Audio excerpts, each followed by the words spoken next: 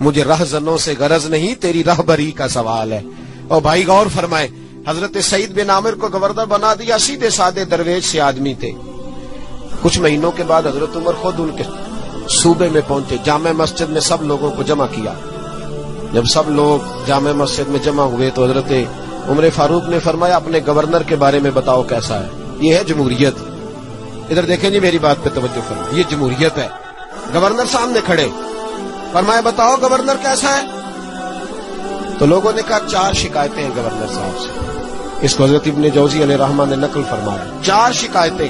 کون سی؟ کا پہلی شکایت یہ ہے کہ گورنر صاحب جب شروع میں گورنر آئے تھے تو فجر کی نماز کے بعد ہی لوگوں کی بات سننے لگتے تھے، اب نماز پڑھ کے گھر جاتے ہیں، 9-10 بجے واپس آتے ہیں۔ دوسری شکایت یہ ہے کہ ہفتے میں 1 دن ملتے نہیں۔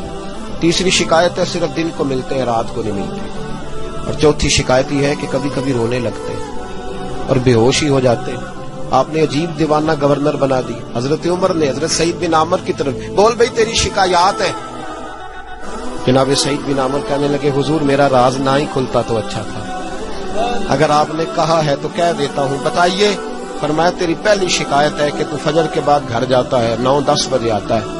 جناب سعید بن عامر رو پڑے۔ گورنر صاحب کہنے لگے حضور غریب ہوں، نوکر رکھنے کے پیسے نہیں، بچے میرے پاس موجود نہیں، بیوی میری بیمار ہو گئی ہے، 30 سال اس بھلی مانس عورت نے میری خدمت کی، اب بیمار ہے، نماز پڑھ کے گھر جاتا ہوں، اپنی معذور اور بیمار بیوی کو ناشتہ پکا کے دیتا ہوں، اگر اس کے کپڑے بدلنے والے ہوں تو اس کا وجود دھو کے کپڑے بدلتا ہوں، گھر میں جھاڑو دیتا ہوں، برتن مانجتا ہوں، لوٹتے دیر ہو جاتی ہے۔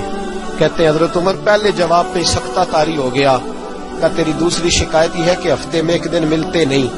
تو سعید بن عامر عرض کرنے لگے حضور کرتا میرے پاس ایک ہی ہے، ہفتے میں 1 دن دھو کے خشک ہونے کو ڈالتا ہوں، بیوی کے کپڑے پہن کے بیٹھا رہتا ہوں، ٹھنڈ کا موسم ہے، اثر وہی ہو جاتی ہے۔ کہتے ہم لوگوں کی آنکھوں میں آنسو چمکنے لگے۔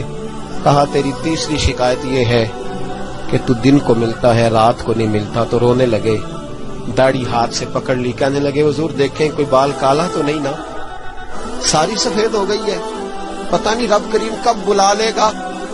دن مخلوق کے لیے رکھا ہے، رات اپنے رب کے لیے رکھی ہوئی ہے۔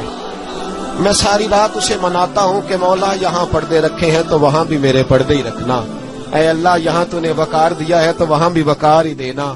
اور کہا کبھی کبھی روتے ہو اور بے ہوش ہی ہو جاتے ہو؟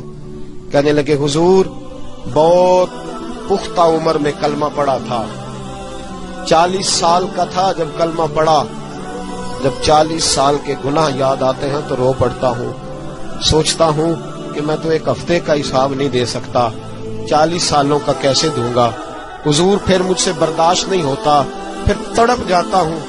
جب چاروں باتیں کہیں تو پھر رونے لگے، کہنے لگے حضور اب میری سزا کا بھی اعلان کر دیں، اب میرے پردے کھلے تو سزا کی بات بھی کریں۔ حضرت عمر نے ہاتھ اٹھائے اور کہا اے اللہ میرے محبوب کی امت کو کچھ ایسے گورنر اور بھی عطا فرما۔ اپنے آپ کو سنواریں، اپنے آپ پہ توجہ دیں۔